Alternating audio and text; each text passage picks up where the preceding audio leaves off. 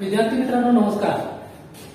आपण आज या नवीन प्रकरणामध्ये छत्रपती शिवाजीराजांनी मुघलांशी केलेला जो संघर्ष आहे तो मुघलांशी केलेला संघर्ष आपण पाहणार आहोत। या आधीच्या व्हिडिओमध्ये आपण छत्रपती शिवाजी महाराज आणि आदिलशहा यांच्याशी जो संघर्ष होता तो संघर्ष आपण पाहिला। ज्या संघर्षामध्ये आदिलशहाचे अनेक सरदार महाराजांच्या विरुद्ध चालून आले, परंतु त्यापैकी कोणत्याही सरदाराला महाराजांवर विजय मिळवता आला नाही किंवा महाराजांना काहीही दुखापत करता आली नाही किंवा महाराजांना अशा प्रकारे बाध्य करता आलं नाही की हे स्वराज्य निर्माण करण्यामध्ये कुठल्याही प्रकारचा अडथळा त्यांच्या मार्फत येऊ शकला नाही। कारण शिवाजीराजांनी आदिलशहाच्या विरुद्ध जो संघर्ष केला तोच संघर्ष आता या पुढच्या काळामध्ये मुघलांच्या विरुद्ध करावा लागणार होता हे शिवाजीराजांनाही माहिती।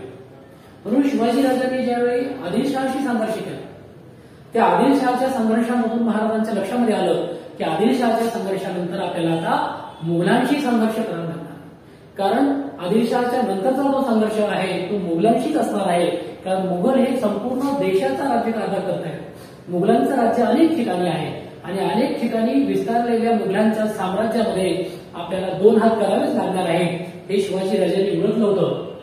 आणि म्हणून ज्यावेळी शिवाजीराजे हे आदिलशहाच्या सरदारांशी लढण्यामध्ये गुंतले होते, ज्यावेळी आदिलशहाचे सरदार महाराजांवर आक्रमण करत होते, जसं आपण मागच्या प्रकरणामध्ये पाहिलं की या ठिकाणी सिद्दी जोहरचं आक्रमण झालं। सिद्दी जोहर महाराजांवर चालून आला, सिद्दी जोहर स्वराज्यावर चालून आला आणि या सिद्दी जोहर चालवण्याच्या नंतर महाराजांनी त्या ठिकाणी पन्हाळगडावर आश्रय घेतला। महाराज पन्हाळगडावर अडकलेले आहेत हे पाहिल्याच्या नंतर 4-5 महिन्याच्या याच कालावधीमध्ये साधारणतः फेब्रुवारी 1660 मध्ये शाहिस्ते खान हा औरंगजेबाचा मामा होता।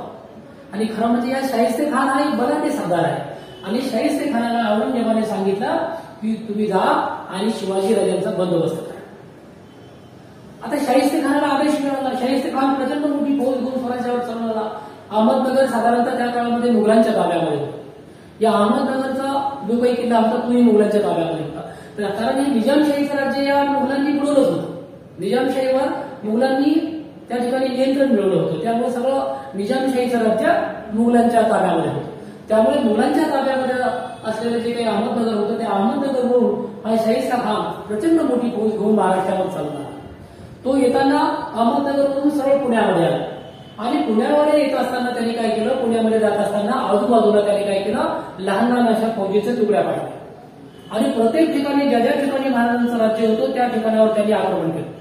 एकाच वेळेला सर्व ठिकाणी आक्रमण करण्याची जी काही युद्धनीती होती ती अशा प्रकारे शाहिस्ते खानाने सुरू ठेवली। म्हणजे जात असताना रस्त्याने सर्व जाळपोळ करत जाणे, सर्व जिंकून जाणे, सर्व उद्ध्वस्त करत जाणे, अशा प्रकारे शाहिस्ते खानाने येताना या पुण्याच्या आजूबाजूचा सर्व प्रदेश बेचिराग करायला सुरुवात केली। शेतकऱ्यांना, जनतेला, रयतेला त्या ठिकाणी त्रास द्यायला सुरुवात केली आणि त्यामुळं शिवाजीराजांनी या शाहिस्ते खानला धडा शिकवण्याचं ठरवलं।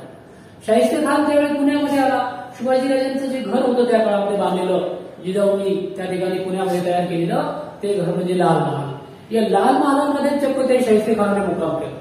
म्हणजे शिवाजीराजांचं जो काही घर होतं, शिवाजीराजांचा जो राजवाडा होता त्या पुण्यामधल्या शिवाजीराजांच्या राजवाड्यामध्ये शाहिस्ते खान हा येऊन त्या ठिकाणी मुक्कामाला राहिला। साधारणतः 1 वर्ष झालं, 2 वर्ष झाले, परंतु तो काही शाहिस्ते खान त्या ठिकाणाहून जायचं नाव घेत होता आणि पुण्यामध्ये राहून तो पुण्याच्या आजूबाजूला सर्व जनतेवर, रयतेवर, प्रजेवर अन्याय अत्याचार करणं सुरू ठेवला। मग त्यावेळी शिवाजीराजांनी एक धाडशी बेत आखला। शिवाजीराजांनी बेत असा आखला की आपण सरळ त्या लाल महालात घुसायचं आणि त्या शाहिस्ते खानावर आक्रमण करायचं। आणि मग महाराजांनी बेत आखला आणि महाराजांच्या बेतामध्ये असं ठरलं की 5 एप्रिल 1663 आपल्याला छापा टाकायचा। छापा हा असा टाकायचा की रात्रीच्या वेळी टाकायचा। रात्रीच्या वेळी ज्यावेळी तो शाहिस्ता खान झोपलेला असेल त्यावेळी रात्रीच्या वेळेला त्या ठिकाणी प्रवेश करून आपण काय करायचंय, रात्रीच्या वेळी त्या लाल महालामध्ये आपल्याला माहिती आहे की लाल महालाच्या वाटा कुणीकडे आहेत, पळवाटा कुणीकडे आहेत, चोरवाटा कुणीकडे आहेत, दरवाजा कुणीकडे आहे, बाल्कनी कुठे आहे, कारण हे शिवाजीराजांचं घर आहे। त्यामुळे त्या लाल महालाची इत्यंभूत माहिती महाराजांना लहानपणापासून असते। त्यामुळे महाराजांनी 5 एप्रिल 1663 रोजी असं एक नियोजन आखलं की रात्रीच्या अंधाराचा फायदा घेऊन काही निवडक सैन्य सोबत घ्यायचं आणि बाकीचं उरलेलं सैन्य त्या पुण्याच्या बाजूला ठेवायचं। जर समजा अशी वेळ आली की युद्ध करण्याची तर बाहेरच्या सैन्याने त्या शाहिस्ते खानाच्या सैन्यावर आक्रमण करायचं आणि तशी जर वेळ नाहीच आली तर आपण सरळ जाऊन त्या शाहिस्तेखानाला मारायचं. अशा प्रकारचा हा धाडसी बेत होता. खरं म्हणजे शिवाजीराजांनी अशा प्रकारचा बेत आखणं म्हणजे शिवाजीराजांच्याही जीवावर होत होते, कारण शिवाजीराजांचाही त्या ठिकाणी जीव जाऊ शकला असता. एवढं मोठं धाडस महाराजांनी केलेलं आहे. महाराजांनी 5 एप्रिल 1663 ला काय केलं, रात्रीच्या वेळी त्या पुण्यामध्ये लाल महालाच्या आजूबाजूला ते एका लग्नाच्या वरातीच्या जवळ किंवा त्यांच्या आजूबाजूला ते त्या घरामध्ये शिरले. लाल महालामध्ये साधारणतः रात्रीच्या वेळी शिरले. महाराजांना माहिती होतं कोणत्या ठिकाणी लाल महालामध्ये झोपण्याची जागा आहे, कोणत्या ठिकाणी कोणत्या प्रकारचे कोणकोणत्या खोल्या आहेत. महाराजांनी विचार केला की अशा प्रकारचे या खोलीमध्ये तो शाहिस्तेखान झोपलेला असेल, इकडच्या एखाद्या खोलीमध्ये त्यांची मुलं झोपलेली असतील, त्यांची बेगम झोपलेली असेल. आणि मग महाराजांनी असा विचार केला की शाहिस्तेखानावर सरळ आक्रमण करायचं. महाराज घुसले त्यांच्या लाल महालामध्ये. निवडून काही सोबत सैनिक होतं महाराजांचं, आणि महाराज घुसले लाल महालामध्ये. महाराजांनी पाहिलं की शाहिस्तेखान कुठे झोपलेला आहे, शाहिस्तेखान कुठे झोपलेला आहे. शाहिस्तेखान काही लवकर काही महाराजांना दिसत नव्हता.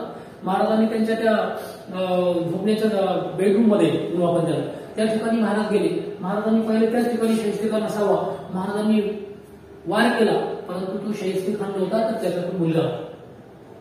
आणि काय झालं, तेवढ्या त्या गडबडीमध्ये थोडीशा रात्रीच्या अंधारामध्ये अशा प्रकारचा आवाज झाला, गडबड झाली. तेवढ्यामध्ये दुसऱ्या खोलीमध्ये झोपलेला जो काही शाहिस्तेखान होता तो जागा झाला. त्याच्या लक्षात आलं की काहीतरी गडबड आहे, आणि मग तो शाहिस्तेखान जागा झाला. महाराज त्या खोलीमध्ये प्रवेश करतायत, तोपर्यंत शाहिस्तेखान खून करायला. आणि महाराजांकडे पाहता क्षणी तो घाबरला. त्याला वाटलं नक्की ते काय ते भूत प्रेत असलं पाहिजे, कारण शिवाजीराजे तर आपल्या महालामध्ये तर येऊ शकत नाही. आजूबाजूला सैनिकांचा पहारा आहे, प्रचंड मोठं सैन्य आहे, आणि त्यामुळं शिवाजीराजे तर काही इथपर्यंत येऊ शकत नाही, पण शिवाजीराजांचं भूत मात्र येऊ शकते. अशा प्रकारची किंवा शिवाजीराजांचा अशा प्रकारचा काहीतरी चमत्कारिक हा प्रकार असावा असं त्याला वाटलं. आणि तो घाबरला. घाबरून त्याला तो आरडाओरड करायला लागला. आरडाओरड करून तो पळायला लागला, आणि महाराज त्याच्या पाठीमागे तलवार घेऊन पळायला लागला. तो महाराजांना चुकवण्यासाठी इकडून तिकडे पळत होता, आणि मग तो त्या ठिकाणी गेला. आणि अशा प्रकारे त्याला त्या ठिकाणावर अशी उडी मारली.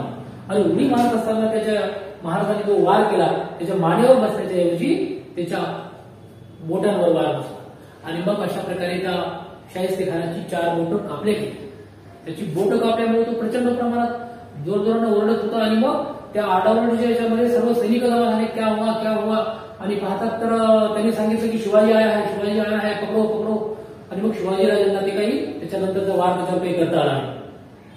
खरं म्हणजे या गडबडीमध्ये तो काही शाहिस्तेखान होता ना, तो असा पळत जाऊन अशा प्रकारे तो लपण्याचा प्रयत्न करत होता. कारण तो लपायला त्याला जागा सुद्धा तिथे सापडत होता. म्हणून तो त्यांच्या बेगमच्या पाठीमागे जाऊन लपतो, कारण त्यांना माहिती होतं की शिवाजीराजे कधी महिलांवर वार करत नाही किंवा महिलांना ते काही त्रास देत नाही. म्हणून तो शाहिस्तेखान जीव वाचवण्यासाठी वाटेल ते करत होता. परंतु त्या गडबडीमध्ये सैनिक जागे झाले, सैनिक धावत पळत आले, आणि त्या गडबडीमध्ये मग महाराजांनी त्यांचा जो काही बेत होता तो आवडता घेतला. आणि अशा प्रकारे शिवाजीराजांनी त्याचा पाठलाग करणं थांबवलं. परंतु त्या धावपळीमध्ये मात्र त्याची 4 बोटं कापल्या गेली, आणि अशा प्रकारे तो कायमचा घाबरला. एवढं मोठं धाडस महाराजांनी केलं. महाराजांनी ताबडतोब माघारी घेतली, त्या लाल महालातून बाहेर पडले, आणि सैनिकांसोबतच ते रात्रीच्या अंधारामध्ये पसार झाले. शिवाजी आया, भागो. शिवाजीराजांचं सैन्य पळत सुटलं, आणि मुघलांचंही सैन्य पळत सुटलं. अशा प्रकारे महाराजांनी त्यांच्या पुण्याच्या बाहेर जे काही त्यांचे घोडेस्वार आणि सैनिक थांबले होते तिथपर्यंत महाराज गेले. तिथून महाराज घोड्यावर बसून ताबडतोब त्यांच्या राजधानीच्या किल्ल्यावर आले. म्हणजे रात्रीच्या अंधारामध्ये महाराजांनी आखलेला हा अशा प्रकारचा प्रचंड मोठा बेत होता की ज्या बेतामध्ये त्या शाहिस्तेखानाचा नक्कीच त्या ठिकाणी वध होणार होता, किंवा शाहिस्तेखानाला अद्दल घडणार होती. आणि ती घडली, कारण त्याची बोटं कापल्या गेली. बोटं कापल्या गेल्यामुळे काय झालं, ते शाहिस्तेखानाची प्रचंड नाचक्की झाली, त्याचा प्रचंड मोठा अपमान झाला. आणि ही बातमी जेव्हा खुद्द औरंगजेबाला कळाली, त्यावेळी औरंगजेबाला तर प्रचंड संताप आला की एवढा मोठा सरदार आहे, आणि एवढ्या मोठ्या सरदाराला त्या ठिकाणी घरात येऊन तो शिवाजीराजे त्याला मारतोय, म्हणजे हा काय करतो काय. आणि त्या औरंगजेबालाही प्रचंड राग आला. औरंगजेबाने नंतर काय केलं, नंतरच्या काळामध्ये त्याला बोलून घेतलं. नंतर त्याने स्वतः त्या ठिकाणचं पुण्यावरून आपल्या सगळं ते एका रात्रीतून सगळं छावणी हलवली औरंगाबाद. आणि औरंगाबादून मग औरंगजेबाचे आदेश आले की ताबडतोब तुम्ही तिकडं बंगाल प्रांतात, कारण त्या काळामध्ये बंगाल प्रांत असा होता की जर समजा एखाद्यानं जर चांगलं काम केलं नाही तर त्याला कुठं पाठवायचे, बंगालमध्ये प्रांत. कोणी जर चांगलं काम केलं नाही, एखादं शूरवीर नसेल कोणी, तर त्याला शिक्षा म्हणून तिकडे बंगालला पाठवायचं. म्हणजे शाहिस्तेखानाला शिक्षा म्हणून औरंगजेबाने काय केलं, तिकडे बंगाल प्रांतावर त्याची निवडणूक. अशा प्रकारे महाराजांच्या या शाहिस्तेखानाच्या स्वारीमध्ये, शाहिस्तेखानाच्या या छाप्यामध्ये 5 एप्रिल 1663 अशा प्रकारे त्या शाहिस्तेखानाच्या प्राणावर आलेलं जे संकट होतं ते बोटावर गेलं, ते बोट त्याची छाटल्या गेली. परंतु प्रचंड प्रमाणामध्ये त्या शाहिस्तेखानाची त्या ठिकाणी नाचक्की झाली, त्याचा अपमान झालेला आहे. अशा प्रकारे महाराजांनी सुरतेवर छापा घातला आणि सुरतेवर छापा घातल्यानंतर जी जनता होती ना, ती रयत होती. त्या रयतेच्या मनामध्ये महाराजांविषयी आदर अधिकच वाढला, विश्वास अधिकच वाढला की महाराज हे काहीही करू शकतात. कोणाच्याही सरळ एखाद्याच्या घरात घुसूनही एखाद्यावर आक्रमण करू शकतात. एवढा मोठा मुलांचा सरदार त्याच्यावरही महाराज आक्रमण करू शकतात. तर महाराज हे काहीही करू शकतात. म्हणजे लोकांच्या मनामध्ये स्वराज्यासाठी लढणारे महाराज, स्वराज्यासाठी स्वतःच्या जीवाची पर्वा न करणारे महाराज, अशा प्रकारची प्रतिमा छत्रपती शिवाजीराजांची निर्माण झाली. आणि रयतेच्या मनामध्ये एक प्रकारचा विश्वास निर्माण झाला की जोपर्यंत शिवाजीराजे आहेत तोपर्यंत या रयतेवर, या जनतेवर, या स्वराज्यावर कोणीही वाकड्या नजरेने पाहू शकत नाही. आणि मग झालं असं की शिवाजी महाराजांच्या या धाडशी छाप्यामुळं महाराजांची दहशत निर्माण झाली की शिवाजीराजे स्वराज्यासाठी वाटेल ते करतात, शिवाजीराजे रयतेसाठी वाटेल ते करतात. त्यामुळे शिवाजीराजांच्या स्वराज्याकडे वाकड्या नजरेने पाहण्याची कोणाची हिंमत होणार नाही, एवढं मोठं धाडस महाराजांनी केले. आता महाराजांनी पाहिलं की शाहिस्तेखानाने आपले प्रचंड नुकसान केलेलं आहे, प्रचंड प्रदेश त्यांनी उद्ध्वस्त केलेला आहे. मग महाराजांनी विचार केला की याची भरपाई झाली पाहिजे. मग भरपाई जर करायची असेल तर आपणही अशा प्रकारे त्या मुघलांच्या एखाद्या प्रदेशावर आक्रमण केलं पाहिजे. महाराजांनी गुप्तहेर पाठवले, गुप्तहेरातून बातम्या आणल्या की या मुघलांचं अशा प्रकारचं कोणतं शहर आहे की ज्या शहरामध्ये प्रचंड संपत्ती आहे, प्रचंड मोठमोठे व्यापारी आहे आणि त्या ठिकाणची संपत्ती, त्या ठिकाणचे व्यापारी जर आपण लुटले, त्या ठिकाणी जर आपण संपत्ती लुटून आणली तर थेट त्या मुघलांच्या औरंगजेब बादशाहाला सुद्धा त्या ठिकाणी आश्चर्यचकित व्हावं लागेल की एवढं मोठं धाडस शिवाजीराजांनी कसं. मग गुप्तहेरांनी बातमी आणली की महाराज आपल्याला सुरतेवर आक्रमण करायला एक चांगली वेळ आली, आपण सुरतेवर छापा घाला. कारण सुरतेवर इंग्रज आहेत, डच व्यापारी आहेत, इंग्रज व्यापारी आहेत, फ्रेंच व्यापारी आहेत, यांच्याकडे प्रचंड संपत्ती आहे, त्यांच्या वखारी आहे, त्या ठिकाणी सोने, चांदी, हिरे, माणिक, मोती सर्व त्या ठिकाणी भरून आहे. आणि त्या ठिकाणचा जो काही इनायत खान नावाचा जो काही सरदार आहे त्या मुघलांचा, तो त्या ठिकाणी काही सैन्य घेऊन मुस्तेद आहे, तो त्या ठिकाणी निगराणी करतोय, परंतु त्याला हरवणं सहज शक्य आहे. म्हणून महाराजांनी काय केलं, महाराजांनी आधी अशा प्रकारचे महाराजांनी खबर पसरवली की आता आपल्याला दक्षिणेकडे जायचं. कारण महाराज फार हुशार होते. महाराजांनी खबर पसरवली केल्यावरून की आपल्याला दक्षिणेकडे जायचंय. दक्षिणेकडे जायचं म्हटल्यानंतर उत्तरेकडचे सुरत वगैरे गुजरातसारख्या ठिकाणाकडे महाराज जाणार नाही असा लोकांचा समज. पण महाराजांना जायचं होतं कुठं, सुरतेवर. महाराजांना आक्रमण करायचं, हल्ला करायचा सुरतेवर. महाराजांनी काय केलं, बरोबर या सुरतेवर आक्रमण करायला लागलं. आणि इत्यंभूत गुप्तहेरांनी माहिती आणली की कोणत्या ठिकाणी किती संपत्ती आहे, कोणत्या ठिकाणी कशा प्रकारे त्या ठिकाणी आपल्याला विरोध होऊ शकतो, कोणत्या त्या ठिकाणी कशा प्रकारे इनायत खानाचं सैन्य आहे, किती सैन्य आहे, किती त्या ठिकाणी कोणकोणत्या पळवाटा आहेत, कोणकोणत्या ठिकाणी आपल्याला बाहेर पडता येईल, अशा प्रकारची सर्व माहिती, त्याचे नकाशे तयार करून महाराजांनी अगोदर गुप्तहेरांच्या मार्फत घेतले होते. महाराजांनी प्रचंड वेगाने सुरतेवर आक्रमण केलं. सुरतेवर आक्रमण केलं तर हा जो काही इनायत खान आहे किंवा जे काही सैनिक आहेत त्यांना असं वाटलं सुद्धा नाही की महाराज आपल्यावर आक्रमण करतील म्हणून. कारण सुरत ही महाराष्ट्रापासून गुजरात हे प्रचंड दूरवरच्या प्रदेशावर आहे. परंतु एवढ्या वाऱ्याच्या वेगाने महाराज गेले आणि तेवढ्याच वाऱ्याच्या वेगाने महाराजांनी सुरतेला लुटलं. सुरतेमध्ये सर्वसामान्य जनतेला, रयतेला कसल्याही प्रकारचा त्रास होणार नाही याची महाराजांनी काळजी घेतली. त्या ठिकाणचे वृद्ध असतील, त्या ठिकाणच्या महिला असतील, अजिबात कोणालाही त्रास होणार नाही. परंतु त्या ठिकाणचे जे व्यापारी आहेत, इंग्रज व्यापारी, डच व्यापारी, फ्रेंच व्यापारी आणि मुघलांचे जे काही प्रचंड मोठमोठे त्या ठिकाणी खजिना ठेवलेला आहे, तो सगळ्याच्या सगळा खजिना महाराजांनी लुटला. सगळ्याच्या सगळा खजिना महाराजांनी आपल्या ताब्यात घेतला आणि त्या ठिकाणाहून महाराज प्रचंड मोठी संपत्ती घेऊन, सुरतेवरची लूट घेऊन, सुरतेवरचं आक्रमण केलेलं, सुरतेवरची सगळी संपत्ती घेऊन महाराज महाराष्ट्राच्या दिशेने आला. महाराष्ट्राच्या दिशेने येत असताना सुद्धा काही सरदारांनी विरोध केला. मुघलांचे काही सरदार होते. या ठिकाणी नाशिकच्या जवळ सुद्धा काही सरदारांनी त्याला विरोध करून पाहिला. परंतु महाराजांची एवढी प्रचंड त्या ठिकाणी वेगानं अशा प्रकारची कृती महाराज करत होते की कोणत्याही सरदाराला महाराजांनी आणलेली जी काही सुरतेची लूट आहे ती कोणालाही त्या ठिकाणी अडवता आली नाही. अशा प्रकारे सुरत लुटून सुरतेवर स्वारी करून महाराजांनी औरंगजेबाला प्रचंड मोठा हादरा दिला. एवढा मोठा हादरा की ते जे सुरत शहर आहे ते खरं म्हणजे ते औरंगजेबाचं एक अशा प्रकारचं शहर होतं की जे सर्वात जास्त महसूल देणारं शहर होतं, सर्वात जास्त पैसे देणारं शहर होतं. आणि सर्वात जास्त श्रीमंत शहर होतं. आणि एवढ्या श्रीमंत शहराला महाराजांनी लुटलं म्हटल्यानंतर औरंगजेबाच्या दरबारामध्ये आणि औरंगजेबाच्या मनामध्ये धाक निर्माण झाला की शिवाजी राजांनी सुरतेला लुटले. महाराष्ट्रामधून शिवाजीराजे सुरतेवर जातात. रस्त्यामध्ये एवढे मुघलांचे प्रदेश आहेत, कोणालाही खबर लागत नाही. महाराज 2 दिवसांमध्ये सुरत लुटतात आणि महाराष्ट्रामध्ये परत येतात. आणि मग त्या ठिकाणी औरंगजेबाला सुद्धा प्रचंड आश्चर्याचा धक्का बसलाय की महाराजांनी सुरतेला बेसुरत केले.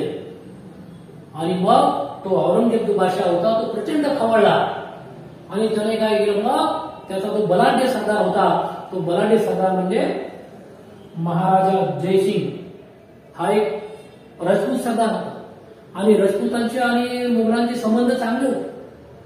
आणि मग या ठिकाणी औरंगजेबाने काय केलं, हा राजपूत जो काही महाराजा जयसिंग आहे त्याला महाराजांच्या विरुद्ध पाठवलं. आता जयसिंग खरं म्हणजे हा राजपूत आहे आणि तो अतिशय हुशार आहे, शूरवीरही आहे आणि त्या औरंगजेबासाठी त्यानं अनेक मोहिमा फत्ते केलेले आहेत, म्हणजे अनेक मोहिमेमध्ये त्यानं विजय मिळवलेला आहे. मग हा प्रचंड मोठा जयसिंग नावाचा सरदार हा शिवाजी राजांवर चालला. हा जयसिंग ज्यावेळी आला त्यावेळी त्यानं काय केलं, हा जो काही मातबर असा सरदार होता त्याने काय केलं, महाराजांच्या विरोधामध्ये सगळ्यांना एकत्र करण्याचा प्रयत्न केला. मग महाराजांच्या विरोधामध्ये कोणाला एकत्रित केलं, गोव्याचे वसईचे जे पोर्तुगीज आहेत, वेंगुर्ल्याचे डच आहेत, सुरतेचे इंग्रज आहेत, जंजिऱ्याचे शिद्दी आहेत, अशा सगळ्यांना त्यांनी सांगितलं की तुम्हाला महाराजांनी लुटलंय, सुरतेवर स्वारी केली, सुरतेवर तुमची वखार लुटली, तुमची संपत्ती लुटली, सगळ्यांनी महाराजांच्या विरोधामध्ये एकत्र आहे. आणि जयसिंगाने अशा प्रकारे शिवाजीराजांना एकटं पाडण्यासाठी महाराजांचे सर्व शत्रू किंवा जे काही बाकीचे जे लोक होते त्या सगळ्यांना त्यांनी एकत्र आणण्याचा प्रयत्न केला. अशा प्रकारे इंग्रज, फ्रेंच, डच, सिद्धी हे सगळे त्या जयसिंगाकडून आले आणि महाराजांवर त्यांनी काय केलं, महाराजांच्या प्रदेशावर सगळ्यांनी मिळून आक्रमण करायला सुरुवात केली. महाराजांच्या प्रदेशावर अशा लहान अशा फौजा तयार करून सर्व ठिकाणी त्यांना आक्रमण करायला सुरुवात केली. आणि अशा वेळी महाराजांच्या प्रदेशाची प्रचंड मोठी हानी होऊ लागली. प्रचंड मोठ्या प्रमाणावर महाराजांच्या प्रदेशाचं नुकसान होऊ लागलं, लोक मारायला लागली. आणि अशा प्रकारे महाराजांच्या या सैनिकांनी सुद्धा त्याचा प्रतिकार करण्याचा प्रयत्न केला. ज्या आहे त्या अवस्थेमध्ये प्रतिकार केला. किती मोठं सैन्य असलं तरी महाराजांचे सैनिक, महाराजांचे किल्लेदार तो किल्ला देत नव्हते.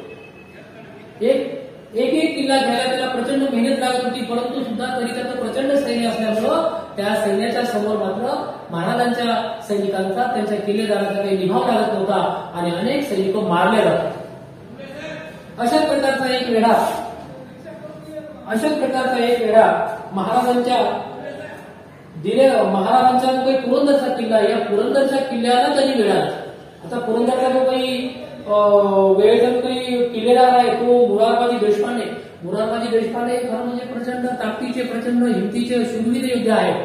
परंतु त्या दिलेर खानाने आणि त्या मिर्झाराजा जयसिंगाने त्या पुरंदरच्या किल्ल्याला वेढा घातला. पुरंदरचा किल्ला त्यांनी ताब्यात घेण्याचा प्रयत्न केला, परंतु मुरारबाजी शेवटपर्यंत किल्ला काही देत नव्हता. शेवटी किल्ल्यावर आक्रमण केलं. किल्ल्यावर आक्रमण करून त्या मुरारबाजीच्या आणि त्यांच्यामध्ये तुंबळ अशा प्रकारचं लढाई झाली. या लढाईमध्ये मुरारबाजीचा प्रचंड मोठा पराक्रम गाजवला. त्या दिलेर खानाने मुरारबाजीला सांगितलं, तू एवढा मोठा योद्धा आहे, तू आमच्या औरंगजेबाच्या, आमच्या बादशाहाच्या इकडे ये, आम्ही तुला सरदारकी देतो, मोठा सरदार बनवतो. पण मुरारबाजी स्वाभिमानी होते. ते म्हणाले, आम्ही तुझ्या त्या राजाला जाऊन सांग की तू आमच्या महाराजांच्या दरबारामध्ये, आम्ही तुला सरदारकी द्यायला लावतो महाराजांना, आणि आम्ही महाराजांची माणसं आहोत, स्वराज्यासाठी मरायला आणि मारायलाही तयार आहोत. आम्हाला तुझ्या वतनाची काय भीक दाखवतोय, आम्हाला तुझ्या वतनाचं आणि त्या जहागीरचं काय आम्ही दाखवतोय. आणि अशा प्रकारच्या रणसंग्रामामध्ये असा एक हिरा, एक मौल्यवान असा माणूस महाराजांचा काळ येतो. अशा प्रकारे महाराजांच्या या अनेक किल्लेदारांच्या मध्ये मुरारबाजी जे आहेत ते सुद्धा प्रचंड वेगाने युद्ध करणारे आहेत, परंतु त्यांचा सुद्धा निभाव लागणार नाही, टिकाव लागणार नाही. आणि मग तो पुरंदरचा जो किल्ला आहे तो सुद्धा मुघलांच्या ताब्यात राहील. आता महाराजांनी परिस्थितीवर गांभीर्य ओळखलं की बाबा आपण जर अशा प्रकारे जर धाडस करत राहिलो तर आपला एक किल्ला तर जाईल, परंतु त्या किल्ल्यावर आपला लाख मुलाचा जो माणूस आहे तो पण जाईल. म्हणून महाराजांनी विचार केला की आता आपण मेधाराजे जयसिंगाची तह केला पाहिजे, तहाची बोलणी केली पाहिजे, जेणेकरून आपले किल्ले तरी चालतील, किल्ले परत घेता येतील, परंतु किल्ल्यावरचा एक माणूस माझा हा एका मोठ्या किल्ल्याप्रमाणे आहे. आणि म्हणून त्या ठिकाणचा माणूस जिवंत राहायला पाहिजे, रयत जिवंत राहिली पाहिजे, किल्ले काही नंतरही घेता येतील. महाराजांनी मिर्झाराजे जयसिंगाला निरोप पाठवला की आमची आता काही लढाई करण्याची इच्छा नाही, आम्ही आपल्याशी तहाची बोलणी करतो आणि तुम्हाला जेवढे काही किल्ले पाहिजे असतील तेवढे किल्ले आम्ही तुम्हाला देऊन टाकतो, परंतु आता हे युद्ध थांबवा. महाराजांनी एक पाऊल मागे घेतलं. एक पाऊल मागे यासाठी घेतलं की किल्ले असे परत घेता येतील, परंतु किल्ल्यावरची माणसं जाता कामा. आणि अशा प्रकारे महाराजांनी या ठिकाणी हे जे काही किल्ले आहेत हे किल्ले महाराजांना अशा प्रकारे मुलांची तह करून त्यांना द्यायला. आता महाराजांनी हे जे काही किल्ले त्या मुलांना देण्यासाठी तह केला, ज्याला आपण पुरंदरचा तह म्हणतो. म्हणजे पुरंदरचा मुरारबाजी देशपांडे त्या ठिकाणी धारातीर्थी पडला, परंतु तो स्वराज्यासाठी शेवटपर्यंत लढला. आणि महाराजांच्या लक्षामध्ये आलं की आता आपण जर अशा प्रकारचा तह केला नाही, जयसिंहाची बोलणी केली नाही, तर आपल्याला याच्या पुढे अनेक माणसं गमावावी लागतील, अनेक मोहरे गमावे लागतील, अनेक शूर योद्धा गमावे लागतील. म्हणून महाराजांनी काय केलं, जून 1665 मध्ये या ठिकाणी पुरंदरचा तह केला. आता पुरंदरच्या तहामध्ये काय ठरलं, महाराजांनी जवळपास 23 किल्ले, महाराजांनी 23 किल्ले आणि त्या किल्ल्याच्या आजूबाजूचा जो काही प्रदेश आहे तो साधारणतः 4 लाख होऊन एवढा मोठा आहे. म्हणजे त्या काळामध्ये महाराजांचं होऊन जे काही त्या काळातलं चलन होतं, त्या होऊन या चलनामध्ये जर विचार केला आपण तर 4 लाख होऊन प्रदेश, एवढा मोठा प्रदेश महाराजांना मुघलांना द्यावा लागला. म्हणजे 23 किल्ले तर गेलेच महाराजांचे, परंतु त्यासोबतच 4 लाख होऊन प्रदेश सुद्धा महाराजांना या देशिंगाला तह करून द्यावा लागला, मुघलांना द्यावा लागला. महाराजांना खरं म्हणजे फार मोठी जखम झाली होती की या जयसिंहाला आपल्याला एवढे मोठे किल्ले आणि एवढा मोठा प्रदेश द्यावा लागतोय. या ठिकाणी महाराजांना प्रचंड वेदना होत होत्या, परंतु महाराजांना माणसं वाचवायची, किल्ल्याचे किल्लेदार वाचवायचे होते, सैन्य वाचवायचं होतं. म्हणून महाराजांनी एक पाऊल मागे घेतलं. आता एक पाऊल मागे घेतलं पण जयसिंह हा फार हुशार आहे. त्याने महाराजांना सांगितलं तुम्ही आता आमच्या सोबत या आणि आपण दोघांना मिळून काय करायचंय, आपण दोघांना मिळून त्या आदिलशहावर आक्रमण करायचंय, आदिलशहाच्या विरुद्ध आपल्याला त्या ठिकाणी लढायचंय आणि तुम्ही आम्हाला मदत करा. महाराजांनी ते मान्य केलं. महाराजांनी आदिलशहाच्या विरोधामध्ये जयसिंहालाही मदत केली, परंतु आदिलशहाच्या विरुद्ध मदत करूनही काही आदिलशाहीचा काही पराभव करणं जयसिंहाला शक्य झालं नाही. आणि मग जयसिंहाने पुन्हा एक असा डाव आखला की महाराजांना आता काही काळ दक्षिणेच्या राजकारणापासून दूर घेऊन जाऊन महाराजांना उत्तरेच्या राजकारणात घेऊन जावं आणि औरंगजेबाची भेट घालून द्यावं.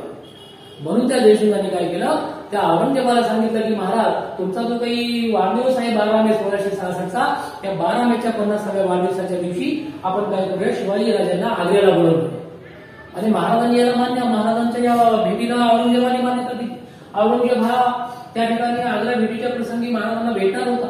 आणि मग अशा प्रकारे महाराजांची भेट होण्यासाठी या जयसिंहाने काय केलं, अशा प्रकारे पुरंदरच्या तहाच्या नंतर आग्रा भेटीसाठी महाराजांना आग्र्याला बोलवलं. आता आग्रा भेटीच्या प्रसंगी महाराजांनी यावं यासाठी जयसिंहाने काय केलं, महाराजांच्या जीवाची हमी घेतली की तुमच्या जीवाला काही धोका होणार नाही, त्याची जबाबदारी आमची राहील, आम्ही राजपूत आहोत, आम्ही दिलेला शब्द पाळतो. महाराजांनी औरंगजेबाची भेट घेण्याचं ठरवलं आणि महाराजांनी ठरवलं की औरंगजेबाची भेट घेण्यामध्ये जाण्यामध्ये साधारणतः 5-6 महिन्याचा काळ जाईल. तोपर्यंत 5-6 महिन्याच्या काळामध्ये आपले जे काही सैनिक आहेत हे परत आपण जमा करू आणि पुन्हा नव्या जोमाने या मुघलांच्या किल्ल्यात घेतले, जे काही मुघलांना किल्ले दिले त्याच्यावर आपण आक्रमण करू, पुन्हा तुटून पडू, पुन्हा किल्ले आपल्या ताब्यात घेऊ. आणि यासाठी महाराजांना 4 ते 6 महिन्याचा वेळ पाहिजे होता. म्हणून महाराजांनी ते मान्य केलं की आपण जरी आग्र्याला गेलो तर 4-6 महिने जायला लागणार, 4-6 महिन्याचा काळ जाणार, 4-6 महिन्यामध्ये परत आपण नव्या जोमाने उभं राहू आणि परत आपण जे काही किल्ले मुघलांना दिले ते परत घेऊ. महाराजांनी विचार केला की चला त्या निमित्तानं आपण औरंगजेबाच्या भेटीला जाऊ. महाराज औरंगजेबाच्या भेटीला जाण्यासाठी निघाले 5 मार्च 1666 आणि 12 मेला औरंगजेबाचा वाढदिवस. औरंगजेबाच्या दरबारामध्ये वाढदिवसासाठी सर्व त्यांच्या राज्यामध्ये जे काही सरदार आले ते आलेले आहेत, महाराजे आलेले, महाराजांच्या सोबत संभाजीराजे आहेत. संभाजीराजांचं वय फक्त 9 वर्षाचं, म्हणजे 9 वर्षाचे संभाजीराजे आणि महाराज त्या ठिकाणी आग्र्याला गेले. महाराज आग्र्याला गेल्याच्या नंतर महाराजांचा पहिला जो काही फोटो किंवा स्केच काढलेला आहे तो महाराजांच्या त्या आग्र्याच्या भेटीच्या प्रसंगी जे काही मुघलांचे चित्रकार होते त्या मुघलांच्या चित्रकारांनी महाराजांचं चित्र काढले त्यावेळेस. आणि महाराजांचं अशा प्रकारचं शाही हातामध्ये महाराज त्या आग्र्याला गेलेले आहेत आणि आग्र्याच्या भेटीच्या प्रसंगी महाराजांनी त्या ठिकाणी दरबारामध्ये साधारणतः 12 मेला भेट होणार होती आणि 12 मेला साधारणतः 10-10:30च्या सुमारास महाराजांनी औरंगजेबाची भेट धरली होती. औरंगजेबाच्या दरबारामध्ये वाढदिवसानिमित्त अनेक लोक नजराने घेऊन येत होते. महाराजही गेले, संभाजीराजे सोबत होते. संभाजीराजे साधारणतः 9 वर्षाचे आणि महाराज त्या ठिकाणी त्या दरबारामध्ये गेल्यानंतर महाराजांनी काय केलं, त्यांच्यासोबत आणलेला नजराना त्यांना दिला. औरंगजेबाला सोने, चांदी, हिरे, माणिक, मोत्याचा नजराना दिला, कोणीसातही केला. परंतु महाराजांच्या कडे त्या औरंगजेबानं दुर्लक्ष केलं आणि महाराजांना काय केलं, साधारण सरदारांच्या रांगेत उभं केलं. महाराजांनी एकच राग आला की मी इकडचा दक्षिणेकडचा राजा आहे आणि मला एका राजाचा दुसऱ्या राजाशी भेटायला या ठिकाणी आलोय, तहाशी बोलणी करायला आलोय. मी त्यांना किल्ले दिलेले आहेत आणि किल्ल्यामध्ये महाराजांचे किल्ले आहेत आणि माझे किल्ले मी यांना दिलेले आहेत. म्हणजे त्यांच्यासोबत मी बोलणी करायला आलेलो आहे आणि मला हा अपमान आहे. मला सध्या सरदारांच्या रांगेमध्ये उभे केले. बरं एवढंच नाही तर सरदारांच्या रांगेमध्ये अशा ठिकाणी उभे केले की तो जसवंत सिंग जो सिंहगडाच्या लढाईमधून पळून गेला होता, पाठीवर त्याचे वार झाले होते, तो केवळ पळून गेला म्हणून वाचला होता, त्याला सुद्धा त्या औरंगजेबाने सन्मानित केलं तिथं दरबारामध्ये. म्हणजे महाराजांचे जे काही मुरमुरी सरदार मानले जायचे ना त्या औरंगजेबाच्या सरदारांमध्ये जसवंत सिंग हा एक सरदार होता. आणि महाराजांनी पाहिले की जसवंत सिंग तर त्या सिंहगडाच्या मोहिमेतून पळून गेलेला आहे, त्याच्या पाठीवर आमच्या जखमा झालेल्या आहेत मारांच्या, आणि केवळ हा यामुळे वाचला की तो पळून गेलेला. आणि अशा पळकुटे सरदारांचाही तो औरंगजेब त्या ठिकाणी सत्कार करतोय, त्यालाही त्या ठिकाणी खिल्लत दिली जात आहे. मग महाराजांना याचाही नाही. महाराजांचा संताप फार प्रचंड वेगाने त्या ठिकाणी वाढला आणि महाराजांनी ताबडतोब त्याचे काही जयसिंगांचे मुलगाही होता सोबत त्यांच्या, आणि मग त्याला सांगितलं की हा काय प्रकार आहे, यासाठी आम्हाला या ठिकाणी बोलवले, या ठिकाणी अशा ठिकाणी आम्हाला उभं केलं. आणि संभाजी राजांना खरं म्हणजे 7,000 मनसबदारी त्या औरंगजेबाने दिली आणि महाराजांना 5,000 मनसबदारी दिली. म्हणजे महाराज या ठिकाणचे राजे आहे आणि महाराजांची मनसबदारी 5,000ची आणि त्या संभाजी राजांना औरंगजेबाने दिलेली मनसबदारी ही 7,000ची. म्हणजे संभाजी राजांना 7,000 मनसबदारी दिलेली आहे त्या दरबारामध्ये. आणि महाराजांचा अपमान झालेला आहे. महाराज या ठिकाणी संतापानं लाल झालेले आहेत. महाराजांनी सांगितलं की आम्ही या दरबारात राहू शकत नाही, प्राण गेला तरी बेहतर, पण आम्ही या दरबारात उभं राहू शकत नाही आणि हा अपमान सहन करू शकणार नाही. महाराजांनी ताबडतोब त्या दरबारातून निघाले. महाराजांना प्रचंड राग आला संभाजी राजांनाही. त्या ठिकाणी संभाजीराजे पाहत होते की आपले वडील एवढे रागावलेले, खरं म्हणजे एवढे रागावलेले वडील संभाजी राजांनी कधीच पाहिले नव्हते. महाराज खरं म्हणजे सर्व गोष्टी या सामंजस्याने करूनही होते, परंतु महाराजांच्या या अशा प्रकारच्या अपमानामुळे महाराज प्रचंड लागून झाले, रागावले आणि तळातळ त्या मुघलांच्या दरबारातून, त्या औरंगजेबाच्या दरबारातून निघाले. ज्या दरबारामध्ये कुणाला बोलताना असं हळू आवाजात बोलावं लागायचं, चालताना सुद्धा अगदी पायाचा आवाज होणार नाही या पद्धतीनं चालावं लागायचं, त्या दरबारामध्ये महाराज या ठिकाणी अशा प्रकारे अपमान झाल्याबद्दल जे काही बोलत होते ते औरंगजेबाचेही कारण. औरंगजेबाच्या त्या ठिकाणी बहिणी होत्या, औरंगजेबाची बेगम होती. त्यांनी सांगितलं बघा तो शिवाजी काय करतो, शिवाजीने तुमचा अपमान केला, शिवाजीने तुम्हाला या ठिकाणी दरबारामध्ये येऊन तुमचा अपमान केला, तुमची या ठिकाणी मानाची वस्त्र घेतली नाही. आणि अशा प्रकारे मग हा जो औरंगजेब आहे हा औरंगजेब त्यांनी त्या शिवाजी राजांना काय केलं, मग कैदेत टाकलं, नजर कैदेत. म्हणजे शिवाजी राजे ज्या ठिकाणी थांबले होते त्या ठिकाणी नजर कैदेमध्ये सर्व महाराज आणि त्यांचे संभाजी राजे आणि त्यांचे सैनिक सुद्धा त्या ठिकाणी नजर कैदेमध्ये आहे. मग महाराज नजर कैदेमध्ये पडले. आता नजर कैदेतून जर सुटणं म्हणजे काही साधी गोष्ट नाही. आणि ती औरंगजेबाची नजर कैद आहे, त्या औरंगजेबाचे पहारे त्याच्यावर असायचे, औरंगजेबाचे सैनिक पहारेकरी असायचे आणि महाराजांना कोणी भेटावं कोणी भेटू नये, महाराजांनी बाहेर जावं की न जाऊ नये हे सर्व तो औरंगजेब ठरवायचा. आणि औरंगजेबाला असं वाटायचं की आता आपण काय करूया, शिवाजीला इथं संपून टाकू, कारण शिवाजी असा काही सापडत नाही. आता तो आपल्या तावडीत सापडला, तावडीत सापडलेल्या शिवाजीला सहजासहजी सोडायचं नाही, म्हणून आपण काय करायचं, शिवाजीला असं या ठिकाणी रेंगाळत ठेवायचं आणि एक दिवस शिवाजीला संपवायचं. मग आडकाठी कशाची होती तर हा मुंबई मिर्झा राजा जयसिंग याने शिवाजीराजांना शब्द दिला होता की तुमच्या जीवाची जबाबदारी माझी. आणि मग जयसिंगांनी दिलेला शब्द आहे तो शब्द फिरवूनही त्या औरंगजेबाला काही शक्य नव्हतं, कारण मिर्झा राजा जयसिंग हा औरंगजेबाचा मातबर सरदार आहे आणि अशा सरदाराचा दिलेला शब्दही त्याला महत्वाचाच मानला लागला. मग औरंगजेबाने विचार केला की आपण काय करूया, शिवाजी आणि संभाजीला अफगाणिस्तानाच्या मोहिमेवर पाठवूया आणि अफगाणिस्तानाच्या मोहिमेवर पाठवून काय करूया, संभाजी आणि शिवाजीला एकदाच आपण संपून टाकू. अशा प्रकारे औरंगजेबाच्याही मनामध्ये शिवाजीराजांच्या विरोधामध्ये, शिवाजीराजांच्या संपवण्याच्या विरोधामध्ये कट कारस्थान सुरू झालं होतं. पण महाराज ते हार मानणारे नव्हते. महाराजांनी विचार केला की आपण या ठिकाणी तर अडकून पडलो, आपल्याला दुसरीकडून निघता जर असेल तर महाराजांनी गुप्तहेरामार्फत खबर पाठवली की आम्ही काही दिवसामध्ये या ठिकाणी मिसळणार, यासाठी तयारी करा. तयारी अशी करा की त्या ठिकाणी 10-10, 15-15 कोसावर घोडे उभे करा. घोडे उभे करून आम्ही कोणत्या ठिकाणी किती वाजतात आणि कोणत्या दिवशी निघणार आहोत, कोणत्या प्रहरी निघणार आहोत हे तुम्हाला नंतर कळवलं जाईल. अशा प्रकारे महाराजांनी त्या आग्र्यापासून तर महाराष्ट्रापर्यंत जागोजागी महाराजांचं सैनिक पेरून ठेवलं. साऱ्या वेशामध्ये त्या ठिकाणी घोडेस्वार गेलेले आहेत आणि अशा प्रकारे महाराजांचे जे काही गुप्तहेर आहेत त्या गुप्तहेरांनी अशा प्रकारची सर्व जबाबदारी चुकवून महाराष्ट्रापासून तर आग्र्यापर्यंतची अशा प्रकारे एक साखळी तयार केली की महाराज कधी कोणत्याही क्षणी निसटू शकतात. आणि त्यांनी सांगितलं की महाराज आता आजारी पडले. महाराजांनी आता परत एक बेत असला की आपण आता आजारी पडल्याचं फोन घ्यायचं.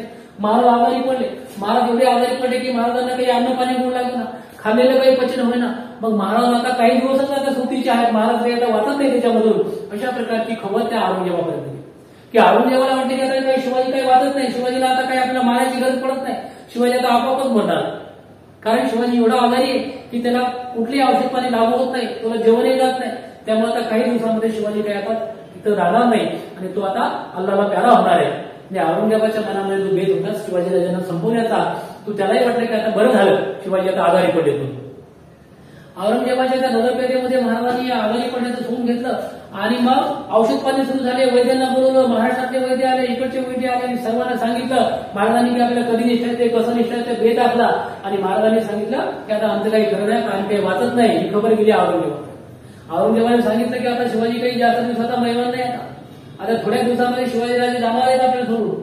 आणि महाराजांनी काय केलं की आमच्या अंतिम समयी किंवा आमच्या या आजारपणामध्ये आता आम्हाला दानधर्म करता यावा म्हणून काही महाराजांच्याकडे पेटारे येण्याची व्यवस्था केली.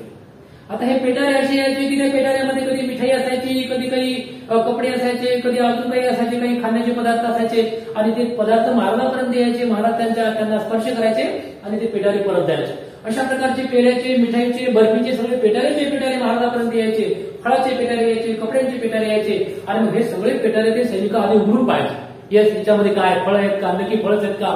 आणि अशा प्रकारे त्या पेटाऱ्यांमधून साधारणतः महाराजांनी बऱ्याच दिवसापर्यंत ते पेटाऱ्याचं अशा प्रकारे सुरू झालं महाराजांकडे आवाज जावं.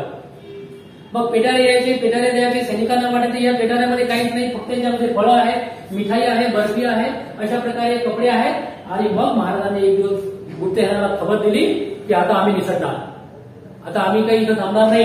आणि गुप्तेहाराने सर्वांना सज्ज राहण्याचे आदेश दिले. महाराजांनी सांगितलं एका पेटाऱ्यामध्ये आम्ही बसणार, दुसऱ्या पेटाऱ्यामध्ये संभाजीराजे बसणार आणि दोघे आम्ही या ठिकाणी निसटणार. परंतु यासाठी काय करावं लागणार आहे की त्या ठिकाणी शिवाजीराजे आजारी आहेत, त्याचं सोंग घेऊन कुणाला तरी झोपावं लागणार. शिवाजीराजांचे कपडे घालून शिवाजीराजांसारखं त्या ठिकाणी झोपावं लागणार आहे. आणि शिवाजीराजे आजारी आहेत, अंथरुणाला खेळू नये आणि त्या ठिकाणी झोपू नयेत, अंगावर पांघरून झोपू नयेत, अशा प्रकारचा देखावा करायला लागणार आहे. आणि मग तो काही मदारी मेहतर जे होते ते मदारी मेहतरनी काय केलं ते शिवाजीराजांचे सोंग घेतले. आणि शिवाजीराजे त्या पेटाऱ्यामध्ये बसून, संभाजीराजे पेटाऱ्यामध्ये बसून, एका पेटाऱ्यामध्ये संभाजीराजे, एका पेटाऱ्यामध्ये महाराज आणि कपड्याचा तो पेटारा आणि त्याच्यामध्ये बसून ते त्या औरंगजेबाच्या नजरकैदेतून निसटले. औरंगजेबाच्या नजरकैदेतून निसटले की समोर घोडेस्वार तयार होते, सैनिक तयार होते, गुप्तहेर तयार होते. महाराजांनी ताबडतोब वेषांतर केलं आणि ताबडतोब घोड्यावर बसून महाराज महाराष्ट्राच्या दिशेने आले. आता संभाजीराजांना महाराजांनी सोबत घेतलं नाही, कारण संभाजीराजे आणि शिवाजीराजे सोबत आले आणि जर कोणत्या ठिकाणी लढाई करायची काम पडली तर संभाजीराजांचं वय 9 वर्षाचं आहे. म्हणजे जर समजा असं काही जीवाला काही धोका झाला तर संभाजीराजांच्याही जीवाला धोका होऊ शकतो. म्हणून महाराजांनी काय केलं, संभाजीराजांना मथुरेला पाठवलं. काही घोडेस्वारांना त्याचं वेषांतर केलं आणि वेषांतर करून इकडं देवदर्शनासाठी आलेला हा मुलगा आहे अशा प्रकारचं वेषांतर करून संभाजीराजे मथुरेला पाठवले आणि महाराजांकडे महाराष्ट्राच्या दिशेनं महाराष्ट्राच्या दिशेनं आले. महाराष्ट्राला वेगाने आले. जागोजागी महाराजांचे सैनिक पसरलेले होते, घोडे तयार होते आणि महाराज अगदी काही दिवसामध्ये स्वराज्यामध्ये दाखल झाले. स्वराज्यामध्ये महाराज दाखल झाले. स्वराज्यामध्ये आल्यानंतर महाराजांना विचारलं की संभाजीराजे आले नाही. महाराजांनी पुन्हा खबर उठवली की संभाजीराजे मरण पावले. म्हणजे महाराज कधी काय कोणत्या ठिकाणी चाल खेळतील हे कोणालाही सांगता येत नव्हतं. महाराजांची चाल अशा प्रकारे असायची की शत्रूला गाफील ठेवावं, जेणेकरून आपण जर अशा प्रकारे जर सांगितलं की संभाजीराजे आता नाही तर मग संभाजीराजांचा शोध घेतला जाणार नाही आणि संभाजीराजांच्या जीवाला धोका राहणार. आणि मग 4, 5, 6 महिन्याच्या नंतर संभाजीराजे परत त्या राजधानीच्या किल्ल्यावर रायगडावर परत आले. म्हणजे तोपर्यंत संभाजीराजे महाराष्ट्राच्या बाहेर होते, दुसऱ्या ठिकाणी होते, परक्या ठिकाणी होते आणि शिवाजीराजे मात्र त्या ठिकाणी स्वराज्यामध्ये परत आले होते. मित्रांनो, अशा प्रकारे या मुघलांच्या आग्रा भेटीच्या वेळेस महाराजांनी दाखवलेलं जे काही चातुर्य आहे हे चातुर्य खूप महत्वाचं. कारण महाराजांनी विचार केला की आपण जर समजा याच्यातून जर निष्ठू शकलो तरच आपल्याला कदाचित आपल्या स्वराज्यासाठी काहीतरी धाडसी निर्णय घेता येईल, अजून आपले गेलेले किल्ले परत मिळवता येतील. आणि म्हणून महाराजांनी 12 मे 1666च्या नंतर त्या ठिकाणी निसटले आणि महाराज सरळ महाराष्ट्रामध्ये दाखल. महाराज महाराष्ट्रामध्ये त्यांनी विचार केला की मुघलांनी आपले किल्ले घेतले, 23 किल्ले घेतले, 4 लाख शहूंचा प्रदेश घेतलाय. महाराजांनी काय केलं, सर्व संघांना एकत्र बोलवलं आणि सांगितलं की आता आपले गेलेले किल्ले घेणं हे आपलं काम. आणि महाराजांनी प्रचंड ताकदीनिशी मुघलांच्या प्रदेशावर आणि गेलेल्या किल्ल्यांवर आक्रमण केलं. असं काही आक्रमण केलं की काही दिवसामध्ये महाराजांनी गेलेले जे काही 23 किल्ले होते ते तर घेतले, परंतु त्या मुघलांचे अजून जे काही उरलेले अवघडचे किल्ले होते तेही घेतले. म्हणजे महाराजांनी त्या मुघलांना केवळ दिलेले किल्लेच नाही घेतले, तर मुघलांच्या प्रदेशही जिंकून घेतला. एवढंच नाही तर मुघलांच्या प्रदेशावरही आक्रमण केलं. एवढं वेगवान आक्रमण केलं की त्या मुघलांच्या सरदारांनाही कळत नव्हतं की आता आपण किल्ला वाचवावा का महाराजांचं आक्रमण परतून लावावं. म्हणजे अशा प्रकारे एकाच वेळेला महाराजांनी सिंहगड, पुरंदर, लोहगड, माहुली, कर्नाळा, रोहिडा असे असंख्य किल्ले एका पाठोपाठ घेतले आणि अशा प्रकारे महाराजांनी त्या मुघलांच्या प्रदेशावर सुद्धा आक्रमण केली. एवढ्या वेगाने आक्रमण केली की मुघलांच्या सरदारांना काही समजायच्या आत महाराज त्या प्रदेशामध्ये घुसायचे आणि त्या ठिकाणाहून आक्रमण करून तो प्रदेश जिंकून घ्यायचे. म्हणजे अशा प्रकारच्या वेगवान हालचाली महाराजांनी केला आणि मुघलांच्या विरुद्ध आक्रमक धोरण स्वीकारलेलं आहे, आक्रमण करण्याचं धोरण स्वीकारलेलं आहे. आधी महाराजांनी पुरंदरचा तह केला आणि महाराज एक दोन पाठीमागे गेले, परंतु दुसऱ्याच पावलामध्ये महाराजांनी 23 किल्ले तर मिळवले, परंतु मुघलांचा प्रदेशही जिंकला आणि मुघलांच्या सत्तेच्या विरुद्ध महाराजांनी आक्रमक पवित्रा घेतल्या. म्हणजे महाराजांनी आक्रमक पवित्रा कधी घ्यायचा आहे त्याच वेळेला महाराजांनी घेतलेला आहे आणि ज्या वेळेला माघार घ्यायची त्यावेळेला महाराजांनी माघारही घेतली. म्हणजे एक पाऊल जर महाराज मागे सरले तर महाराज 10 पावलं वेगाने झेप मारायचे. अशा प्रकारची झेप महाराजांनी या मुघलांविरुद्ध आक्रमक पवित्रा घेऊन मारलेली आहे आणि महाराजांनी सिंहगड, पुरंदर, लोहगड, माहुली, कर्नाळा, रोहिडा असे असंख्य किल्ले घेतले आणि यासोबतच मुघलांचेही किल्ले घेतले. त्या ठिकाणी कृष्णाजी सभासद नावाचा बखरकार असा येतो की 4 महिन्यामध्ये म्हणजे साधारणतः 3-4 महिन्यामध्ये 27 गड महाराजांनी घेतले. म्हणजे अवघ्या 4 महिन्याच्या काळामध्ये महाराजांनी आधी जे काही गमावलेले होते 23 किल्ले आणि 4,00,000 प्रदेश त्यातला दुप्पट प्रदेश महाराजांनी मिळवलेला आहे अवघ्या 4 महिन्यामध्ये. एवढे वेगवान हालचाली महाराजांनी केले आणि मुघलांच्या विरुद्ध आक्रमक पवित्रा घेतली. त्यानंतर महाराजांनी पुन्हा विचार केला की परत एकदा आपण सुरतेवर आक्रमण करूया, परत एकदा सुरतेवर छापा घालूया. आणि मग महाराजांनी काय केलं, परत एकदा सुरतेवर छापा केला. सुरतेवर छापा केल्यानंतर सुरतेला दुसऱ्यांदा लुटलं महाराजांनी. म्हणजे औरंगजेबाला असं वाटलं की आता एकदा महाराजांनी जर सुरतेवर छापा घातला तर महाराज परत त्या ठिकाणी येऊ शकणार नाही, एवढी मोठी त्या ठिकाणी तटबंदी आहे, एवढे मोठे सैनिक आहे. परंतु महाराजांनी दुसऱ्यांदा सुद्धा सुरतेवर हल्ला केलेला आहे आणि दुसऱ्यांदा सुद्धा महाराजांनी सुरतेला लुटलेलं आहे. अशा प्रकारे महाराजांनी दुसऱ्यांदा त्या ठिकाणी सुरतेवर हल्ला केला आणि सुरतेवर हल्ला करून महाराजांनी परत एकदा अशा प्रकारे ते सुरत बेसुरत केलेलं आहे, जे की औरंगजेबाचं सगळ्यात आवडतं शहर. अशा प्रकारे महाराजांनी प्रचंड मेहनत घेऊन हे स्वराज्य उभं केलं आणि स्वराज्य उभं केल्यानंतर महाराजांनी राजाभिषेक करण्याचं ठरवलं. आता महाराजांचा राज्याभिषेक होणार म्हटलं की सगळीकडे आनंदी आनंद होणार होता, परंतु महाराष्ट्रामध्ये महाराजांचा राज्याभिषेक हा 6 जून 1674 ला रायगडावर होणार. रायगडावर महाराजांनी सर्व सत्तांना निमंत्रण पाठवले, कारण महाराजांनी जे स्वराज्य उभं केलं, जे स्वराज्य निर्माण केलं, या स्वराज्याला सार्वभौम मान्यता मिळाली पाहिजे. महाराजांचं जे काही स्वराज्याचं पत्र आहे ते अधिकृत असलं पाहिजे, महाराजांची जी राजमुद्रा आहे ती अधिकृत असली पाहिजे, महाराजांचं हे स्वतंत्र राज्य लोकांनी मान्य केलं पाहिजे. म्हणून महाराजांनी काय केलं, राज्याभिषेक करण्याचं निश्चित केलं. म्हणजे मध्ययुगाच्या काळात जर आपण विचार केला तर मध्ययुगाच्या काळामध्ये राज्याभिषेक करण्याचं कोणीही धाडस केलं नाही, जे महाराजांनी केलं. पण महाराजांच्या राज्याभिषेकाला विरोध केला लोकांनी, महाराष्ट्रातल्या विशेष करून लोकांनी विरोध केला महाराजांच्या राज्याभिषेकाला. मग महाराज काही मागे पुढे हटणारे नव्हते. महाराजांनी काशीवरून गागा भट्ट नावाचे ब्राह्मण आणले, गागा भट्ट काशीवरून आणले आणि त्या विद्वान गागा भट्ट नावाच्या ब्राह्मणाच्या हातून महाराजांनी 6 जून 1674 ला रायगडावर राज्याभिषेक केला. रायगडावर महाराजांनी संभाजीराजांनाही त्या ठिकाणी जवळ घेतले. महाराजांनी 32 मन सोन्याचं सिंहासन बनवलेलं आहे आणि त्या 32 मन सिंहासनाला 8 बाजूने असे मोठमोठे रत्नजडित असे स्तंभ लावलेले आणि त्या सिंहासनावर महाराज आरूढ झालेले. परंतु महाराजांच्या लक्षात आलं की हे सिंहासन जे आपल्याला मिळाले या आपल्या असंख्य साथीदारांच्या बलिदानाच्या बळावर मिळालेलं आहे. म्हणजे महाराज हे सिंहासनाधिष्ठरी झाले असले तरी सुद्धा महाराजांच्या नगरीमध्ये, महाराजांच्या स्वराज्यामध्ये ज्यांनी ज्यांनी प्राणाचं बलिदान दिले त्यांना महाराज शेवटपर्यंत कधी विसरले नाही. महाराजांचा राज्याभिषेक झाला 6 जून 1674. खरं ते म्हणजे इतिहासातली फार मोठी क्रांतिकारी घटना. कारण ही क्रांतिकारी घटना यासाठी आपण म्हणतो की या काळामध्ये एक शिवाजी राजांच्या राज्याभिषेकाला विरोध करणारे लोक होते की शिवाजी राजे क्षत्रिय नाही आणि क्षत्रिय नसताना शिवाजी राजांना कसं काही राज्याभिषेक करता येईल. परंतु महाराजांनी निर्णय घेतला की तो निर्णय महाराज बदलत नव्हते. महाराजांनी 6 जून 1674 ला रायगडावर राज्याभिषेक केला. रायगडावर महाराजांचे मोठमोठे हत्ती, त्या ठिकाणी 4-4 हत्ती होते रायगडावर. लोकांनी विचार केला की हत्ती रायगडावर आणले कसे. इंग्रज लोक महाराजांच्या त्या राज्याभिषेक प्रसंगी आले. इंग्रजांनी लिहून ठेवले की महाराजांनी हत्तीवर कसे नेले. महाराजांनी हत्ती केव्हा नेले तर ज्यावेळी ते हाती लहान पिल्लं होते त्यावेळेस ते महाराजांनी हातीवर घेऊन ठेवले त्या रायगडावर.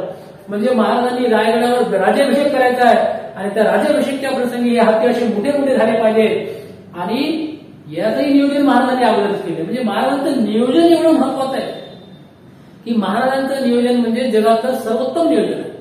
एवढं आदर्श नियोजन महाराजांसारखं जगामध्ये कोणीही केलेलं नाही. म्हणजे महाराजांनी कोणती गोष्ट केव्हा करायची, भविष्यामध्ये कधी करायची त्याचं महाराज आधीच नियोजन करून ठेवायचं. म्हणून महाराजांचं नियोजन हे जगातलं आदर्श नियोजन मानलं जातं. आदर्श नियोजनकार महाराजांना मानलं जातं. म्हणून महाराजांचं नियोजन हे जगाच्या दृष्टीने एक आदर्श आहे. आणि म्हणून रायगडावर अशा प्रकारचा राज्याभिषेक झाला. महाराजांनी पाहिलं की रायगडाच्या या वैदिक पद्धतीचा राज्याभिषेक आहे, वैदिक पद्धतीने केलेला राज्याभिषेक आहे. म्हणून महाराजांनी 24 सप्टेंबर 1674 शाक्त पद्धतीने सुद्धा म्हणजे तांत्रिक पद्धतीने सुद्धा महाराजांनी निश्चल गोस्वामींच्या हस्ते, निश्चलचे जे काही गोस्वामी आहेत त्यांच्या हस्ते सुद्धा महाराजांनी दुसरा राज्याभिषेक केला. परंतु आपण पहिल्या राज्याभिषेकाला त्याची जास्त मान्यता देतो. यावर्षी आपण पाहिलं की महाराष्ट्र शासनाने राज्याभिषेक स्वराज्य दिन साजरा केलेला आहे, तो 6 जूनचा. अशा प्रकारे हा महाराजांचा 6 जूनचा जो काही राज्याभिषेक आहे हा इतिहासातला आणि मध्ययुगाच्या भारताचा इतिहासामधला नव्हे तर जगाच्या इतिहासामधला एक क्रांतिकारी दिवस आहे. कारण या दिवशी महाराजांनी क्रांती केली ती म्हणजे राज्याभिषेक. महाराजांनी राज्याभिषेक शेक सुरू केलं म्हणजे महाराज शेककर्ते बनले. सोन्याची आणि चांदीची नाणी महाराजांनी पाडली. सोन्याच्या आणि चांदीच्या नाण्यांमध्ये महाराजांनी सोन्याचा होन आणि तांब्याची शिवराई पाडली. त्या सोन्याच्या होनावर चांदीच्या शिवराईवर महाराजांनी शिव छत्रपती अशा प्रकारचं महाराजांचं त्या ठिकाणी नाव कोरलेलं आहे. आणि या ठिकाणी महाराजांनी अशा प्रकारे क्षत्रिय कुळावंतास श्री राजा शिव छत्रपती अशा प्रकारची त्या ठिकाणची राजमुद्रा त्या प्रत्येक कागदपत्रावर नंतरच्या काळामध्ये उमटवलेली.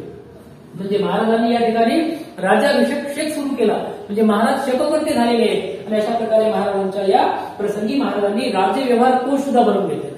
म्हणजे पारशी भाषेला अनुसरून मराठी भाषेतले शब्द कोणते आहेत, मराठी भाषेमधले शब्द संस्कृत भाषेतले शब्द कोणते आहेत यासाठी सुद्धा महाराजांनी राज्य व्यवहार कोश निर्माण केले. म्हणजे महाराजांनी राज्य तर तयार केलं, स्वराज्य उभं केलं, परंतु स्वराज्याच्या राज्याभिषेकाच्या नंतर कोणकोणते शब्द आपल्याला लागणार आहेत, त्याला पर्यायी शब्द कोणते आहेत, संस्कृत भाषेतले शब्द कोणते आहेत आणि मराठी भाषेतले पर्यायी शब्द कोणते आहेत त्याची सुद्धा तरतूद महाराजांनी राज्य व्यवहार कोश मधून केलेली आहे. अशा प्रकारे महाराजांनी राज्य व्यवहार कोश सुद्धा तयार केलेला आहे. आणि मध्ययुगाच्या भारतामध्येच नव्हे तर जगाच्या इतिहासामध्ये एक मराठा पातशहा झाला ही गोष्ट काही साधी झाली नाही असं त्या काळातले सभासदकार लिहून येतात. म्हणजे त्या काळामध्ये एका मराठ्याला राजा होता येत नव्हतं, तो एवढा मोठा त्या ठिकाणी राज्याभिषेक केलेला राजा आणि सर्व जगाला मान्यता दिलेला राजा निर्माण झाला. अशा प्रकारे ही गोष्ट जगाच्या इतिहासामध्ये आणि महाराष्ट्राच्या आणि भारताच्या इतिहासामध्ये एक अनन्यसाधारण घटना मानली जाते. अशा प्रकारे महाराजांनी स्वतःचा राज्याभिषेक करून घेतला. सगळीकडे महाराजांच्या राज्याचा भाग निर्माण झाला आणि अशा प्रकारे नंतरच्या काळामध्ये महाराजांनी दक्षिणेकडे मोहिमा.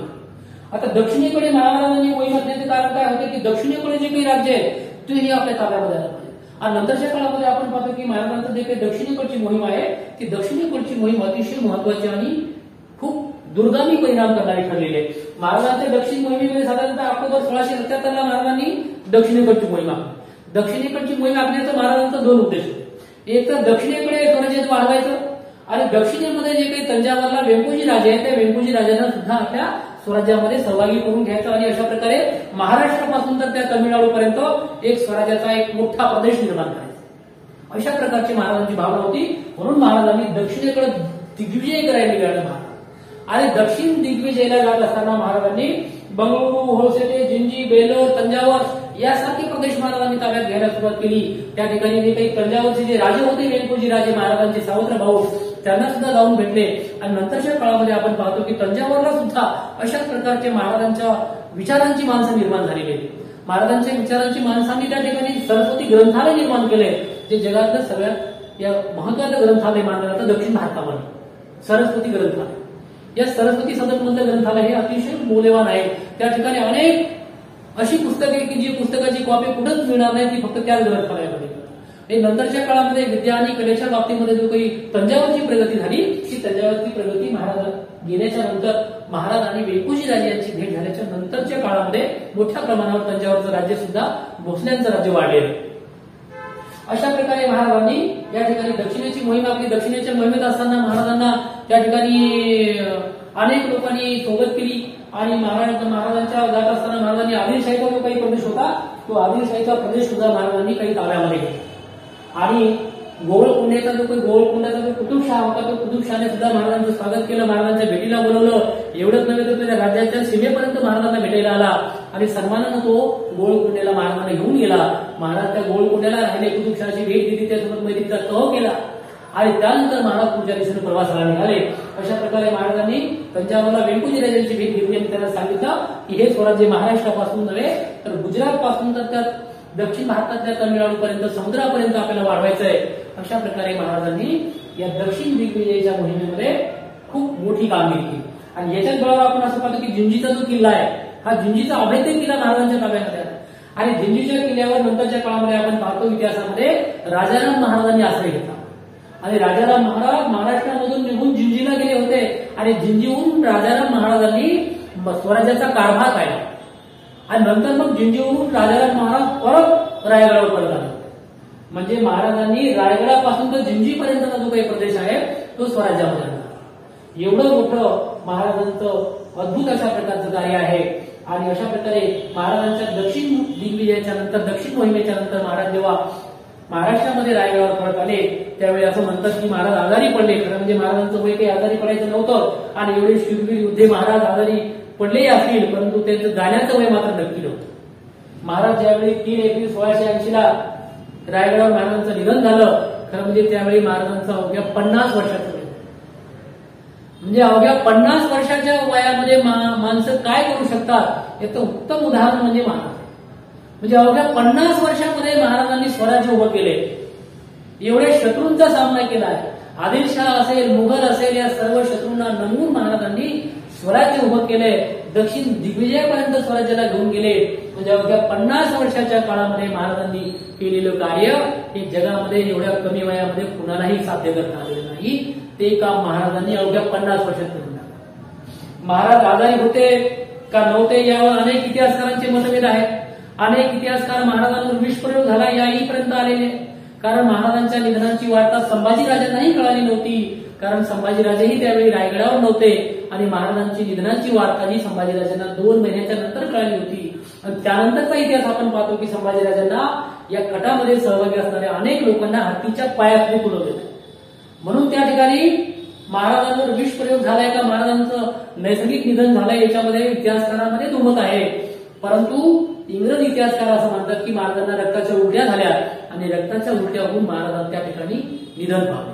परंतु रक्ताच्या उलट्या का झाल्या, त्यांच्यावर काही विषप्रयोग झालाय का अशा प्रकारे कोणी कटकरस्थान करून महाराजांना संपवले हे मात्र अजूनही इतिहासाला पडलेलं कोण आहे.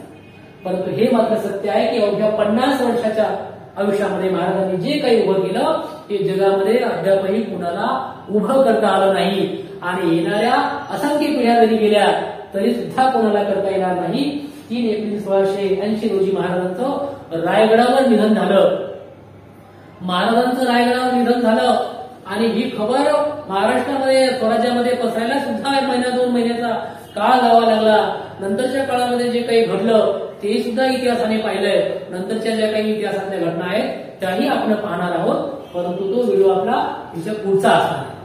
तर अशा प्रकारे विद्यार्थी मित्रांनो या पाठामध्ये आज आपण महाराजांनी मुघलांशी केलेला संघर्ष, शाहिस्तेखानावर घातलेला छापा, त्यानंतर सुरतेवर केलेली स्वारी, जयसिंगाचं आलेलं संकट, महाराजांनी केलेला पुरंदरचा तह, महाराजांनी केलेली औरंगजेबाची भेट आणि औरंगजेबाच्या भेटीचा प्रसंग, औरंगजेबाच्या आग्र्यातली महाराजांची नजरकैदेतली सुटका, महाराजांचं महाराष्ट्रामध्ये आगमन, स्वराज्याच्या आगमनानंतर महाराजांनी मुघलांच्या विरुद्ध घेतलेला आक्रमक पवित्रा आणि त्याच्यानंतर महाराजांनी घेतलेले किल्ले, परत केलेलं स्वराज्याचं सुरतेवरचं आक्रमण आणि त्यानंतर महाराजांनी केलेला राज्याभिषेक 6 जून 1674चा आणि त्याच्यानंतरचा 24 सप्टेंबर 1674चा आणि त्यानंतर महाराजांची दक्षिण दिग्विजयाची मोहीम, दक्षिण मोहीम ऑक्टोबर 1677 आणि महाराजांचं अवघ्या 50व्या वर्षी महाराजांचं निधन झालंय 3 एप्रिल 1680 किल्ले रायगड. आजही रायगडावर महाराजांची समाधी आहे आणि आजही रायगडावर जो कोणी जातो तो महाराजांच्या समाधीला नतमस्तक झाल्याशिवाय राहत नाही. कारण महाराजांनी केलेलं कार्य हे जोपर्यंत आकाशामध्ये चंद्र सूर्य राहतील तोपर्यंत महाराजांचं कार्य अजरामर आहे, तोपर्यंत महाराजांचं नाव अजरामर आहे. म्हणून जगातले अनेक लोक महाराजांचा आदर्श घेतात, महाराजांच्या लढ्याचा आदर्श घेतात, महाराजांच्या गुणांचा आदर्श घेतात. महाराज एवढंच नव्हे तर महाराजांचे जे काही नीतिमूल्य आहेत, महाराजांचे जे काही मूल्य आहेत, आधुनिक काळातले मूल्य महाराजांनी मध्ययुगाच्या काळात निर्माण केली आणि तेच मध्ययुगातल्या काळात निर्माण केलेली महाराजांच्या स्वराज्याची मूल्ये आजही आपल्या देशामध्ये रुजलेली आहेत, याच मातीमध्ये रुजलेली आहेत. म्हणून महाराजांच्या स्वराज्याची मूल्ये डॉक्टर बाबासाहेब आंबेडकरांनी संविधानाच्या मार्फत याच मातीमध्ये पुन्हा नव्याने त्याची रुजवणूक केलेली आहे. एवढं अगाध आणि अतुलनीय कार्य महाराजांचं आहे, हे विसरून चालत नाही. अशा प्रकारे विद्यार्थी मित्रांनो, आज आपण या प्रकरण 6 मध्ये हा मुघलांशी केलेला महाराजांचा संघर्ष आपण पाहिला. आपणही महाराजांकडून जेवढं काही घेता येईल तेवढं घ्यावं. महाराजांकडून तुम्हाला कमी एक जरी गुण घेता आला तरी सुद्धा तो महाराजांच्या चारित्र्याचा विजय मानला जाईल. कारण महाराज हे एवढे चारित्र्यवान होते, एवढे हुशार होते, एवढे शूरवीर होते की त्यांच्यासारखं नंतरच्या काळामध्ये कोणत्याही राजाला साध्य करता आलं नाही. अशा प्रकारे विद्यार्थी मित्रांनो, आज आपण या ठिकाणी थांबूया. आपण शेवटपर्यंत व्हिडिओ पाहिल्याबद्दल आपले मनपूर्वक धन्यवाद. आपण जर युट्यूब चॅनलवर नवीन असाल तर कृपया चॅनलला सबस्क्राईब करा, लाईक करा, कमेंट्स करा, आपल्या मित्रांना शेअर करा. थांबूया. धन्यवाद. जय हिंद, जय महाराष्ट्र.